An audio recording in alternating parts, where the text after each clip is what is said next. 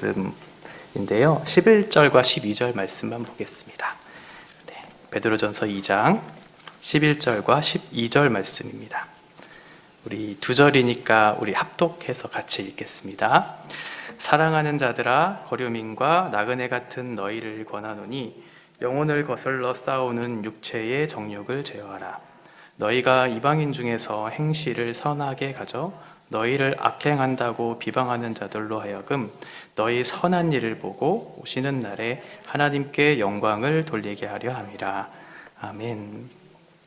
네, 베드로전서 제가 지난 시간까지 수요일 날은 아니지만 금요일 날 2장 10절까지 이렇게 말씀을 전했고, 오늘은 2장 11절부터 말씀을 새롭게 전할 텐데, 베드로전서는 2장 10절까지를 전반부로 볼 수 있을 것 같아요. 그래서 일반적인 겉면들, 우리의 믿음의 어떤 내용들, 그래서 우리의 정체성에 대한 내용들을 확인시켜 주고요. 그리고 오늘부터 이어지는 2장 11절부터 5장 11절까지 정체성, 믿음의 그런 내용들을 가지고 우리의 삶의 구체적인 내용, 자리들이 있잖아요. 거기에서 어떻게 살아내야 될지에 대한 내용들이 나와요.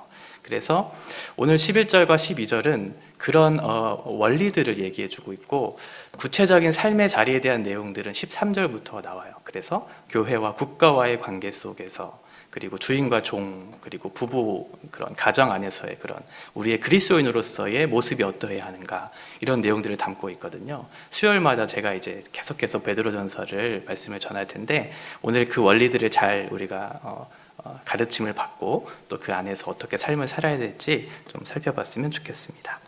네, 존 스토트라고 하는 사람이 자신의 책 현대 사회 문제와 그리스도인의 책임이라고 하는 그 책에서 자신은 하나님께서 우리에게 가르쳐 주시는 그 성경, 그리고 하나님께서 만드신 세상, 이 두 가지에 대해서 자신은 헌신하겠다라고 그렇게 얘기를 했어요. 그러니까 하나님께서 주신 그 진리의 말씀을 너무나 소중하게 여기는 것, 그것은 너무 당연한 것이지만, 세상을 등지고 살아가는 것은 우리 그리스도인으로서의 책임이 아니고, 정말 세상 안에서 말씀을 드러내면서 그 말씀을 따라 사는 것이 참된 그리스도인이 가져야 할 책임이라고 얘기해 주죠. 그러니까 말씀만 가지고 우리 교회 안에서만 우리가 진리를 배웠고 진리를 알았다라고 거기서 그치는 것이 아니라, 세상 속으로 들어가서 삶의 현장 속에 그 말씀을 살아내는 것, 그것이 이제 그리스도인들이다라고 하는 거예요. 베드로전서의 수신자들의 상황들을 살펴보면 이들의 상황이 그렇게 좋지는 않았거든요. 로마라고 하는 그런 거대한 제국의 핍박 아래 있었던 그런 상황들이었기 때문에 그들이 정말 자유롭게 살아야 할 그런 권리들을 다 누리지 못했던 그런 상황들이었어요. 사실은 기독교가 본격적으로 박해를 받았던 그 시기가 주후 2세기경 트라이안 황제가 이제 통치했던 그 시기가 본격적으로 사실은 기독교인들을 박해하던 시기였는데, 지금 베드로전서를 쓴 지금 연대를 살펴보면 주후 60년 중반부로 우리가 보고 있는데, 그때는 이렇게 본격적으로 이렇게 로마라고 하는 강대한 거대한 제국이 그 모든 그리스도인들을 핍박했던 상황들은 아니었죠. 그럼에도 불구하고 그리스도인들이 살아가는 삶의 원리와 방식들이 로마라고 하는 그런 제국이라고 하는 그 거대한 삶의 방식들과는 달랐기 때문에 일상적인 면에서 또는 부분적으로 그런 핍박들, 비방들이 있었던 것 같아요. 예를 들면 그리스도인들은 저희들이 이제 형제요, 자매요라고 이렇게 얘기하잖아요. 호칭에 있어서도. 그런데 그것들을 보면서도 근거 없이 이제 비방을 하는 거예요. 너희들은 형제와 자매라고 그렇게 일컫는 것을 보면서 너희들은 근친상간하는 그런 족속이라고 그렇게 얘기를 하고, 그리고 성찬식 같은 경우들, 이것을 보면서 어떻게 몸을 먹을 수 있냐고 그렇게 얘기하면서 식인종들이라고 이렇게 비방했던 그런 오해들을 많이 샀었던 상황들이었어요. 그런 상황들도 있었고 종교적인 이유도 있었죠. 로마 사회는 다신을 섬겼던 그런 나라였고, 국가적으로도 굉장히 신을 중요하게 여겼던 나라였기 때문에 공식적인 어떤 행사들, 예배나 의식들, 이런 것들에 있어서 신들을 굉장히 추앙했던 그런 나라였어요. 그런데 기독교인은 다신을 그렇게 믿는 그런 민족들이 아니었고, 여호와 하나님, 유일하신 우리 하나님만을 믿었던, 그러니까 로마 교회 사람들은, 로마에 있었던 사람들은 저들은 매우 배타적이고 독선적이다 라고 그렇게 생각할 수 있었겠죠. 그러니까 그리스도인들을 근거 없이 비방하기도 하고 자신의 삶의 양식들, 자신이 믿는 종교를 따르지 않는 이유, 이런 여러 가지 이유들로 인해서 배타적으로 그렇게 핍박했던 상황들이 있었어요. 그런데 그들이 왜 그렇게 그리스도인들이 로마라고 하는 곳에 따르지 못했는가? 로마라고 하는 예배의 형식을 드렸던 그런 의식들에 있어서 그들은 매우 음란했거든요, 사실은. 그러니까 술을 즐겼고 음란한 행위들을 통해서 예배라고 하는 의식들을 이렇게 했기 때문에 그리스도인들이 그들과 함께 어우러지기는 굉장히 어려웠을 거예요. 그렇게 음란하게, 방탕하게 그렇게 하는 것들을 보면서 같이 어울릴 수 없다고 생각했던 것이죠. 이런 상황 속에서 그리스도인들은 과연 어떠한 삶을 살아내야 될까? 어떠한 태도로 그 사람들과 어울릴 수 있을까? 그리고 그 속에서 어떠한 정체성을 가지고 살아갈 수 있을까? 여러 가지 고민들이 있었겠죠. 그래서 베드로가 지금 얘기하고 있는 거예요. 너희는 세상의 질서 속에서 살아가고 있지만 세상의 질서라고 하는 것에는 지지 말고 너희들이 가지고 있는 정체성 있지 않느냐? 너희들은 제사장 나라이지 않느냐? 거룩한 백성이지 않느냐? 라고 하는 그런 정체성과 자신이 이 땅에 부르심을 받은 그 목적을 향해 살아가라고 얘기해줘요. 그런데 그리스도인들이 살아가는 삶의 방식이 사실 예수를 알지 못하는 사람들에게 있어서는 저들이 무엇 때문에 그렇게 살아가는가라고 하는 것에 대한 것들을 생각하지 못할 거잖아요. 그러니까 여기서 오늘 11절과 12절에서 얘기하고 있는 그런 내용들은 어떠한 것이냐면 너희들이 사용하고 있는 언어나 믿음의 어떤 그런 모습들보다는 그것을 통해 주어지는 결과들을 통해서 그 선한 행실을 통해서 너희가 왜 그것을 믿는지에 대한 그런 열매들을 다른 사람들에게 보여서 그 사람들이 그것을 보고 하나님 앞에 영광을 돌리라고 얘기해줘요. 그것이 바로 윤리와 도덕이라고 하는 그런 문제들이죠. 오늘날도 마찬가지예요. 우리 그리스도인들이 다른 사람들보다 더 윤리적이고 도덕적인 그런 삶을 살아야 하는 이유는 우리가 그것을 목표로 하고 있지는 않지만 세상 사람들이 봤을 때 우리의 착한 행실을 보면서 저들은 좀 다르다라고 하는 것들을 보게 되겠죠. 그러면 왜 그렇게 다를까라고 하는 것에 대한 궁금증을 자아낼 것이고 그들이 그렇게 살아갈 수 있는 방식이 어디로부터 왔는지에 대한 그런 궁금증을 자아낼 거예요. 그러면서 하나님 앞에 찬양을 올려드릴 수 있게 될 근거들을 마련하게 되는 것이죠. 그러니까 세상이 아무리 악하고 우리를 비방하고 조롱하고 핍박한다 할지라도 우리가 해야 할 것은 무엇이냐면 거기에 맞서서 대적하는 것이 아니라 우리가 해야 할 정체성, 우리의 부르심에 따라 우리의 할 일을 하는 것이죠. 그것이 뭐냐면 선을 행하는 거예요. 악을 악으로 갚지 말고 우리가 해야 할 본분들을 하는 거예요. 그것이 우리의 부르심이죠. 11절 보면 사랑하는 자들아 이렇게 얘기하고 있어요. 지금 이 편지를 쓴 사람은 베드로잖아요. 베드로는 우리가 잘 알고 있는 것처럼 예수님을 배신했던 제자였어요. 내가 나를 사랑하느냐? 내가 나를 사랑하느냐? 라고 3번씩이나 물었던 베드로는 내가 주님을 사랑합니다 라고 그렇게 고백하죠. 예수님을 배신하고 그 사랑이라고 하는 것에 대한 것들도 실패해보고 그리고 나중에 그 사랑이 무엇인지를 확인한 베드로가 지금 수신자에게 얘기하고 있는 거예요. 사랑하는 자들아 라고 얘기하죠. 예수님께서 그렇게 베드로에게 말씀하셨어요. 네가 나를 사랑한다면 내 양을 먹이라 라고 얘기하죠. 내 양을 먹이라. 베드로는 지금 그 자신이 양으로 삼고 있는 사랑하는 성도들에게 지금 얘기하고 있는 거거든요. 내 양을 먹이라 라고 하는 예수님의 말씀과 같이 사랑하는 자들아 라고 얘기하고 있어요. 이것은 일반적인 부름은 아니겠죠. 우리가 형식적으로 사랑하는 누구가 아니라 베드로가 했기 때문에 이 사랑의 부름은 진실한 사랑이었을 거예요. 그렇게 따뜻한 겉면으로 부르고 있는 거죠. 사랑하는 자들아 라고 하면서 거류민과 나그네와 같은 너희 이렇게 그 편지를 하고 있는 대상자들의 신분을 밝히고 있어요. 거류민과 나그네라고 하는 것 비슷한 내용이죠. 고향을 떠나서 타지에 있는 사람들이에요. 거류민은 여행객 정도로 볼 수 있을 거고 나그네는 어떤 다른 나라에 와서 살고 있는 이방인들 이런 사람들이겠죠. 이 두 사람들 이것을 비슷한 위치에 살고 있는 그 사람들에게 이렇게 얘기하고 있는 것은 우리의 정체성이 바로 이렇다라는 것을 베드로가 얘기하고자 하는 거예요. 너희의 정체성이 무엇이냐면 거류민과 나그네 같은 사람들이다라는 것이죠. 너희의 본향이 세상 속에 있지 않지 않느냐. 너희는 하나님의 백성이고 그곳에 속한 사람들인데 이 세상 속에 머물러 있는 것이다 라고 얘기하면서, 그럼에도 불구하고 이 세상과 등지며 살아가는 것이 아니라 세상 속에 들어가서 하나님의 백성의 정체성을 그렇게 드러내면서 살라고, 우리의 부르심이 그렇다고 그렇게 얘기해 주고 있어요. 거류민과 나그네 같은 너희를 권하다라고 얘기하죠. 권하다라고 얘기해요. 베드로는 지금 옆에 있는 지체들에게 권하고 있어요. 권하다라고 하는 이 파라칼레오라고 하는 것은, 파라라고 하는 것과 칼레오라고 하는 이 두 단어가 합성되었는데, 파라는 옆으로, 칼레오는 부르다라고 하는 거예요. 저 멀리 떨어져 있는 한 지체가 있으면 그저 외면하는 것이 아니라 그 사람을 내 옆으로 부르는 거죠. 그런데 여기에서의 의미 파라칼레오는 이리 와봐, 같이 가자, 이 정도가 아니라 강력하게 얘기하는 거예요. 강력하게.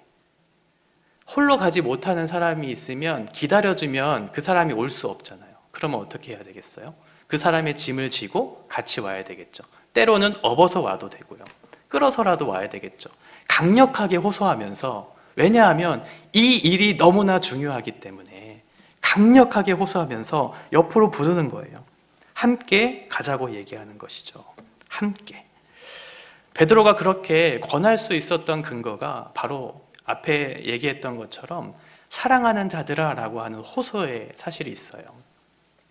권이라고 하는 것이 사랑과 떨어져서 있을 수 없는 것이기 때문에 그렇거든요. 사랑이 없는 상태에서 권위를 그렇게 다른 사람들에게 내세우려고 하면 그것은 권위로서의 권위를 누리지 못하죠. 권력을 행사하는 것에 불과하죠. 권력은 폭력을 행사하는 거잖아요. 사랑과 동떨어진 권위를 행사하고자 하는, 만약 베드로가 그렇게 다른 사람들에게 그렇게 권했다면 그 사람들은 자발적으로 그것을 따라서 행하려고 하지 않았을 건데, 사랑하는 자들아 라고 하면서 내가 너희를 권하노니 라고 얘기해 주고 있죠. 예수님의 그런 본을 따라서 지금 베드로도 하고 있는 거예요. 예수님께서도 그 권위를 나타내실 때 폭력과 폭행의 방식으로 다른 사람들을 뒤집어 엎어서 이 하나님의 나라를 이루러 오신 것이 아니라 섬기고 자기를 대속물로 주심으로 십자가에 죽는 방식을 택하심으로 자신의 권위를 나타내 주셨고, 그 권위 안에 사랑이라고 하는 것이 포함되어 있었어요. 그것이 바로 십자가였죠. 그러니까 십자가 안에는 자기의 희생적인 사랑이 동반되어 있었던 거예요. 그러니까 그 사랑과 권위라고 하는 것이 나타났기 때문에 그 제자들이 따라갈 수 있었던 것이고, 오늘날 우리가 예수님을 따르는 것도 거기에 있죠. 단순히 권력을 우리에게 행사해서 강압적으로 그것을 따라오라고 말했다면 아마도 그것을 우리의 자발적으로 따라갈 수 있는 사람은 많이 없을 거예요. 그런데 사랑으로서 그 권위를 내세웠을 때 하나님께서 우리에게 베풀어 주신 그 은혜가 무엇인지를 알았기 때문에 가는 거죠. 자기 희생적 사랑의 결과로 권하고 있는 거예요. 이어서 영혼을 거슬러 싸우는 육체의 정욕을 제어하라. 이제 세상 속에 우리가 들어가서 살아야 되잖아요. 그러려면 준비가 필요한데, 그 준비의 첫 번째가 무엇이냐면 육체의 정욕을 제어하라라고 얘기해 주고 있어요. 육체라고 하는 것은 우리 인간이 가지고 있는 자기의 중심성, 모든 것들이에요. 육체라고 하는 것, 하나님 대신 나를 우선하고 내가 원하는 것을 따라 행복을 추구하는 그 모든 것들을 얘기할 수 있겠죠? 그 육체의 정욕을 따라 사는 것은 하나님과 대적하는 삶이기 때문에 육체의 정욕을 제어하라고 얘기해 주고 있어요. 제가 십계명 얘기할 때 그 정욕이라고 하는 것에 대해서 얘기한 적이 있는데, 정욕이라고 하는 것이 헬라어로 에피수미아라고 하는 단어인데요. 이 뜻이 뭐냐면 간절히 바라다라고 하는 거예요. 간절히 바라다. 그러니까 여기서는 조금 부정적인 의미에서 사용했죠. 육체의 정욕, 하나님을 떠나서 자기 중심적인 자기의 행복을 위한 간절한 바람은 잘못된 것이지만, 사실은 이 정욕이라고 하는 단어 속에는 긍정적인 의미에서의 바람도 있어요. 그래서 거꾸로 생각하면 우리는 올바른 이 정욕을 욕심을 취해야 된다라고 하는 거죠. 그게 바로 예수님의 욕심이었어요. 어쨌든 그 육체의 정욕, 여기서는 부정적인 의미에서의 정욕인데 이것을 제어하라고 얘기해요. 이 제어라고 하는 단어는 아페코라고 하는 건데요. 이것은 멀리하다라고 하는 거예요. 멀리. 제어하는 건 그 악한 정욕을 멀리 떨어뜨리는 것, 이것을 얘기해 주고 있어요. 악한 정욕을 제어하라. 그런데 이 단어가 현재 시대로 쓰였다는 것이 굉장한 의미가 있는 것 같아요. 우리가 너무나 잘 알고 있는 것처럼, 저보다 사실 우리 앞에 계신 성도님들이 더 많이 알고 계실 텐데, 정욕이라고 하는 것이 일시적인 것은 아니잖아요. 우리가 원하는 것, 내가 바라는 것이 한 번 거기에 대해서 유혹을 넘어서서 승리했다고 해서 또다시 찾아오지 말란 법이 없는 것처럼 여러 가지 방법으로 우리에게 찾아오잖아요. 물질이 됐던, 아니면 우리의 자랑이 됐던 여러 가지의 정욕들의 유혹이 찾아올 때, 그것을 제어하라고 얘기할 때는 한 번만 제어하는 것이 아니라 지속적으로 제어해야 된다라고 얘기해줘요. 한 번만 제어하면 참 좋겠는데, 우리의 약함을 아는 사탄이 지속적으로 그것들을 유혹하면서 정욕에 넘어뜨리려고 그렇게 유혹하고 있기 때문에 우리의 육체의 정욕을 제어하는 일은 계속해서 이렇게 해내야 된다라고 하는 것이죠. 그래서 여기 1절 뒤에 보시면 영혼을 거슬러 싸우다라고 하는 표현이 있는 거예요. 그래서 제가 이 싸우다라고 하는 단어를 생각하면서 그런 생각했거든요. 우리 그리스도인들은 싸움을 정말 잘해야 되겠다, 그런 생각했어요. 여러분들 싸움 잘하세요? 라고 그렇게 묻고 싶었어요. 근데 여기서의 싸움은 정말 잘해야 된다는 것을 오늘 성경은 사실 얘기해주고 있거든요. 이 싸우다라고 하는 단어가 스트라튜오라고 하는 단어예요. 이것은 군인으로서의 싸우는 거예요. 그냥 말다툼하는 거 아니에요. 내가 잘났어, 네가 잘났어, 내가 오라, 이것이 아니라 군인으로서 싸우는 그런 의미를 담고 있거든요. 그러니까 군인들은 목숨을 걸고 싸우는 거잖아요. 그 싸움을 할 때 우리의 안일한 태도나 이런 방식으로 싸우는 것이 아니라 육체의 정욕을 제어하는 싸움은 엄청나다는 거예요. 세상으로부터 다가오는 유혹들, 지금 베드로 이 전설을 받고 있는 수신자들은 엄청난 로마의 핍박들, 그 세상의 거대한 그런 질서들에 이렇게 억눌려 있는 사람들이거든요. 그러니까 그것들에 맞서 싸워서 그리스도인으로서의 삶을 살아가기 위해서는 그러한 각오로서 살아가야 된다는 것을 얘기해주고 있는 거죠. 단순히 싸워야 된다라고 하는 인식에 그치는 것이 아니라 목숨을 걸고 그렇게 싸워야 된다. 히브리서 12장 4절에 보면 너희가 죄와 싸우되 아직 피 흘리기까지는 대항하지 아니하고 라고 얘기하죠. 이 말을 뒤집어 생각하면 우리의 싸움은 피를 흘리면서까지 대항해야 될 정도로 아주 강렬한 싸움이 될 것이다 라는 거예요. 세상 속에 살아가는 것이 그만큼 만만치 않기 때문에 그래요. 11절은 육체의 정욕을 제어하라 라고 하면서 조금은 소극적으로 우리가 해야 할 일들을 얘기해 주고 있어요. 그런데 12절에 보시면 이제는 적극적으로 우리가 어떠한 것을 해야 되는가를 얘기해 줬죠. 12절 보시면 너희가 이방인 중에서 행실을 선하게 가져 너희를 악행한다고 비방하는 자들로 하여금 너희 선한 일을 보고 오시는 날에 하나님께 영광을 돌리게 하려 함이라 라고 얘기해요.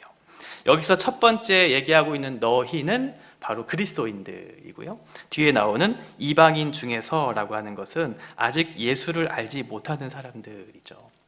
그러니까 우리가 살아가는 장소는 이 교회라고 하는 예수님을 믿는 사람들과만 어울려 있는 것이 아니라 이방인 중에 속해서 살아가는 사람들이 바로 우리들이라고 하는 거죠. 그러니까 이 믿음의 싸움들을 육체를 정욕을 멀리하면서 이 일들을 싸워야 해야 된다는 것을 우리에게 가르쳐주고 있는 이유는 너희가 교회라고 하는 믿는 사람들 안에서만 그렇게 사는 것이 아니라 세상 속으로 들어가서 당신의 정체성을 드러내면서 살아내야 되기 때문에 그렇게 피 흘리면서까지 싸워야 될 각오로서 이 길들을 걸어가야 된다고 말씀하고 있는 거죠. 이방인 중에서 너희는 거해야 한다. 너희는 세상에 속하여 있지는 않지만 세상 안에서 살아가야 하는 사람들이기 때문에 그렇고, 세상 안에 있기는 하지만 너희는 동시에 그리스도 안에 있는 사람이기 때문에 그렇다. 세상이 말하고 있는 풍조와 풍습과 문화에 따라 살아가는 것이 아니라 그리스도 안에 있는 사람답게 말씀을 따라 살아가야 되는 사람이기 때문에 그것들을 경계하면서 그렇게 피 튀기는 싸움이라고 생각하면서 그 길들을 걸어가야 된다고 얘기해주고 있는 것이에요. 그러면서 우리에게 요구하는 것이 뭐냐면 악행을 비방하는 자들로 하여금 너희의 선한 일을 보도록 그렇게 얘기해주고 있어요. 선한 행실을 나타내라는 거죠. 선한 행실은 사실 기독교가 추구하는 목표는 아니에요. 우리가 추구하는 것이 윤리나 도덕이라고 하는 것에 우리가 그렇게 살아내야 된다는 것에 목표를 가지고 있지는 않아요. 사실은 우리는 그보다 더 상위의 법에 있는 사람들이죠. 생명이 거듭난 사람들이잖아요. 그러니까 윤리와 도덕이라고 하는 것은 그 생명을 받은 사람의 열매로서 결과로서 주어지는 것이지 그것을 목표로 하고 있지는 않아요. 그런데 사도 베드로는 그렇게 선한 행실, 윤리와 도덕을 나타내라고 얘기해줘요. 왜냐하면 그것을 통해서 세상 사람들이 볼 수 있을 테니까요. 선한 행실을 통해서. 여기서의 선한 일을 보고, 선한 일이라고 하는 것은 과연 무엇일까요? 그리스도인들이 선한 일을 해야 된다라고 하는 것. 이것을 절대적인 어떤 기준으로 생각해가지고 얘기할 수는 없을 것 같아요. 성경을 하루에 몇 시간 본다든지 아니면 기도를 몇 시간 한다든지 우리의 섬김이 어떠해야 한다든지 라고 하는 절대적인 기준을 가지고 선한 일이라고 얘기할 수는 없겠죠. 사람들이 봤을 때 저 사람들이 참 선하다라고 생각할 수 있는 것은 딱 하나인 것 같아요. 그것이 무엇이냐면 예수를 믿기 전 그리고 예수를 믿은 후의 삶의 변화예요. 그러니까 그리스도인들은 믿음으로 말미암아 새롭게 된 사람들이니까 당연히 그 선한 열매들인 윤리와 도덕의 결과들이 맺혀지겠지만 그 윤리와 도덕이라고 하는 것이 이만큼 차야 선한 일이라고 얘기하는 것이 아니에요.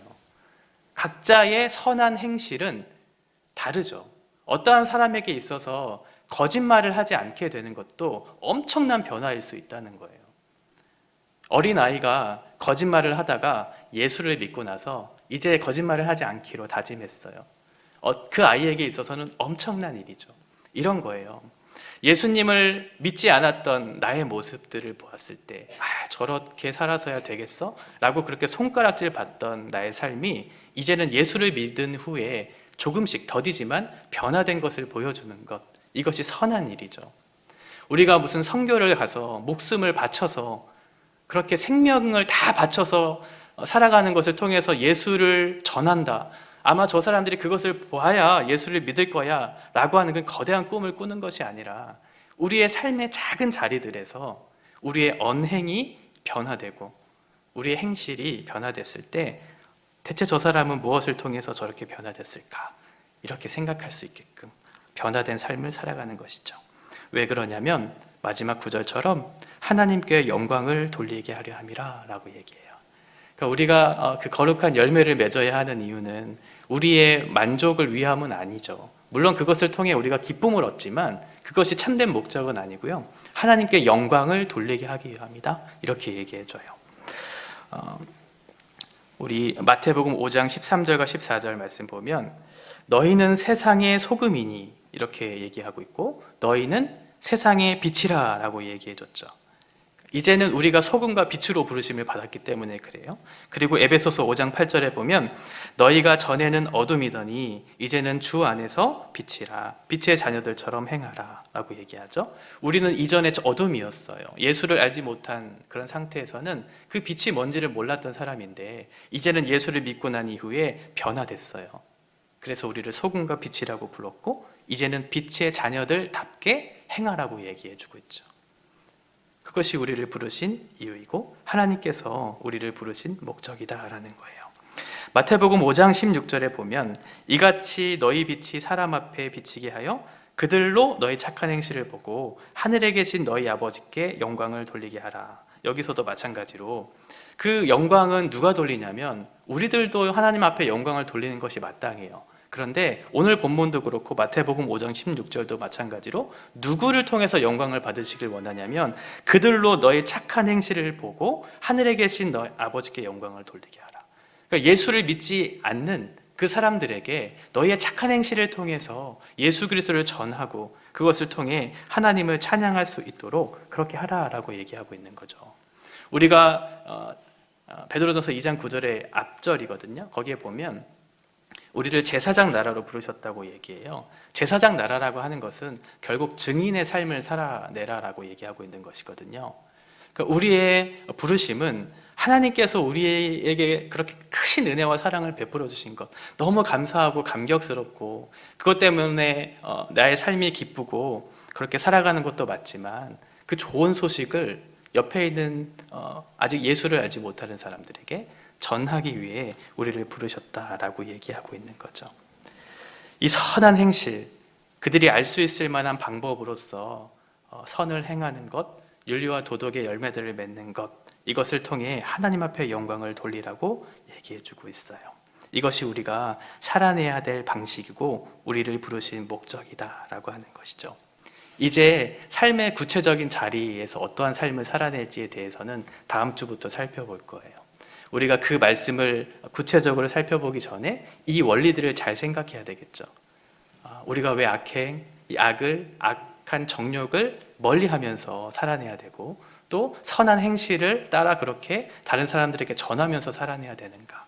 우린 지금 어떠한 위치에 있는가? 세상이라고 하는 그 안에서 어떠한 정체성과 역할을 가지고 살아가야 하는가? 라는 것에 대해서 먼저 생각해 봐야 된다라고 하는 거예요. 다음 주부터 구체적인 삶의 자리들, 이제 어떠한 우리의 삶이 있어 살아내야 될지에 대한 것들을 우리 하나씩 살펴보도록 하겠습니다. 찬양하고 기도하겠습니다. 삶의 작은 일에도 라고 하는 찬양입니다.